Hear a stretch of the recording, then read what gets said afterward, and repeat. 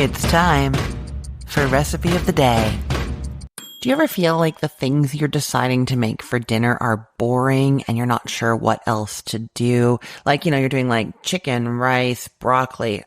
That sounds dull. Well, I am talking about a great sauce today that can spruce that up. And really, anytime you add a sauce to a meal, it makes a huge difference. Just think about it. Like when you're in fancy restaurants, there's always some sauce on top or on the bottom of the plate. You know what I mean? And so like you got that chicken, rice, broccoli dinner. If you've got a really smoky salsa that you maybe warm up and spoon over it, a tomato sauce with a little bit of Parmesan cheese mixed in, you can do a cheese sauce or an Alfredo. You could do that velouté I told you about last week, or you can try the Espagnole sauce that I'm telling you about today. Like the velouté and bechamel hollandaise and tomato sauce, Espagnole is one of the 5 classic French mother sauces.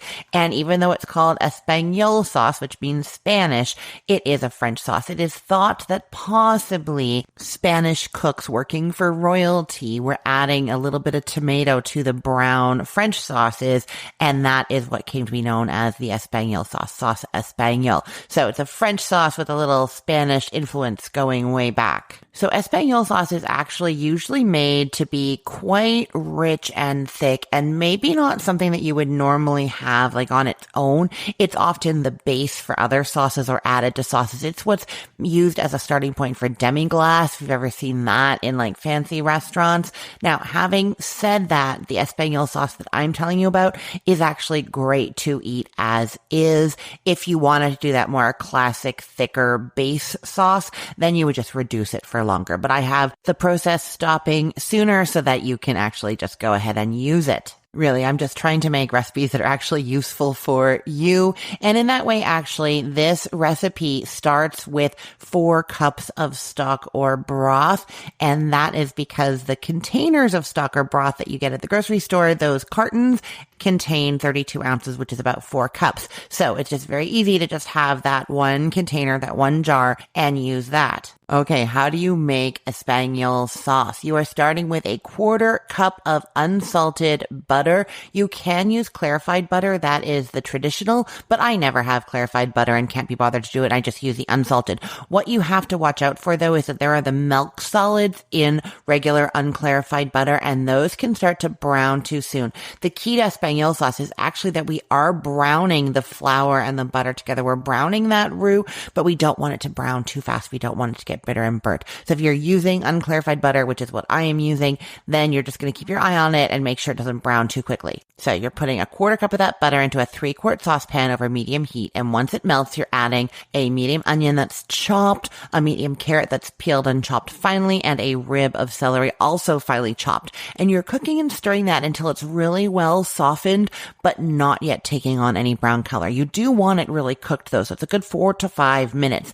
Then you're sprinkling those vegetables with a 1/4 cup of all-purpose flour, and that is mixing with the butter that you have with those vegetables to form our roux. Now, if you're paying attention, you'll see that we did a 1/4 cup of butter and a 1/4 cup of flour, and I told you we're doing 4 cups of the stock or broth. So that is a very traditional ratio. I talk about that all the time when we're making sauces.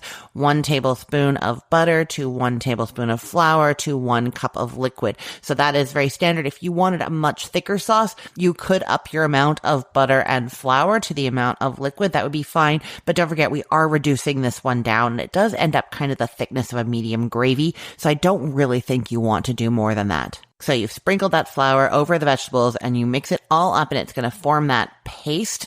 And then you're going to continue to cook that over the medium heat until it becomes the color of peanut butter or even a little darker. I like to use a flat whisk to do this because it both scrapes and stirs, and you want to keep making sure that it's not sticking to the bottom of the pan because that is how it's going to burn. And remember, you want to keep your eye on that. You don't want it browning too fast. We're getting it to that as dark as peanut butter, maybe a little darker color. And we want it to take a good 5 to 6 minutes. Also, if you notice that any of those vegetables are starting to get really dark, then you definitely want to turn it down or even remove the bits that are getting too dark, because we do not want that bitter burnt flavor in here. Next, we're adding that tomato component. So the recipe calls for 2 tablespoons of canned tomato puree. but I don't like opening a big can just for that. And it does tend to come in big cans. You can instead use a tablespoon of tomato paste mixed with a tablespoon of water. I get a tube of tomato paste. Once it's open, it is stored with a lid on in the fridge and it keeps for a really long time. So that's what I like to do. The other thing that you can use is actually a tablespoon or two of ketchup.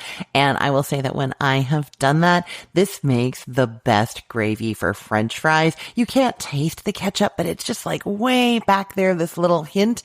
And then the fries. And then if you have ketchup as well, there is just so much great like combining of similar flavors, bringing out yumminess everywhere, you know? Okay, so you stirred in your tomato puree or tomato paste or ketchup, stir that in, still using that whisk to really scrape everything up, and then you are drizzling in about half a cup of your beef broth, and then you're scraping, making sure nothing's stuck to the bottom, and then you just keep adding about half a cup at a time, stirring all the time, keeping things smooth until you've added the full 32 ounces. Then you're stirring in some other optional ingredients. Really any kind of aromatic, flavorful things you want to add are probably good here, but I've listed a quarter teaspoon of whole black peppercorns, 1 bay leaf, a quarter cup of fresh parsley or the stems from parsley, and a sprig of fresh thyme. So you're adding those in, give it a stir, and then you're bringing the whole thing up to a simmer over medium-high heat, and then reduce it down to low, just a very low bubble, and you stir that occasionally until it's reduced down to 3 cups. That's going to take 35 to 45 minutes. And like I said, if you want it that thicker like base for other sauces, you can bring it down to 1.5 to 2 cups. Then take it off the heat, set a fine mesh sieve over a bowl, pour the sauce through the sieve. That gets rid of all those browned veggie chunks, all the peppercorns, everything else. Discard the contents of the sieve. And then that is when you taste it and season with salt. So we didn't add any salt up to then, and that's because depending on the broth or stock or concentrate that you've used, it's going to have a different amount of saltiness, and depending on how much you reduced it, right? So we taste and add the salt at the end. Like I said, you could add that Zoop culinary concentrate a little bit as like your salt and extra flavoring at the end. That is a great use for that as well. Okay, once that is made, it can go into a sealed container in the fridge for up to 3 days, or serve it warm immediately. It's totally going to spruce up that chicken, rice, and broccoli meal that you were thinking about. You know what I mean? Okay, I will put the link to this recipe in the show notes for this podcast episode, or you could head to cookthestory.com/ROTD and get it there. Everything there is arranged by date, so it's helpful to know that today is February 24th of 2025. The other place you can get the link is in our Facebook group. I post the recipe of the day link every single day in there, so you can always find something delicious to make that day and find the recipe that I am talking about. You can go to that Facebook group and join it. It is at facebook.com/groups/recipeotd. I look forward to seeing you there. I'm Christine Pittman from cookthestory.com, thecookful.com, the all-new chicken cookbook, and from this podcast recipe of the day. I hope you have a great day. Let's get cooking.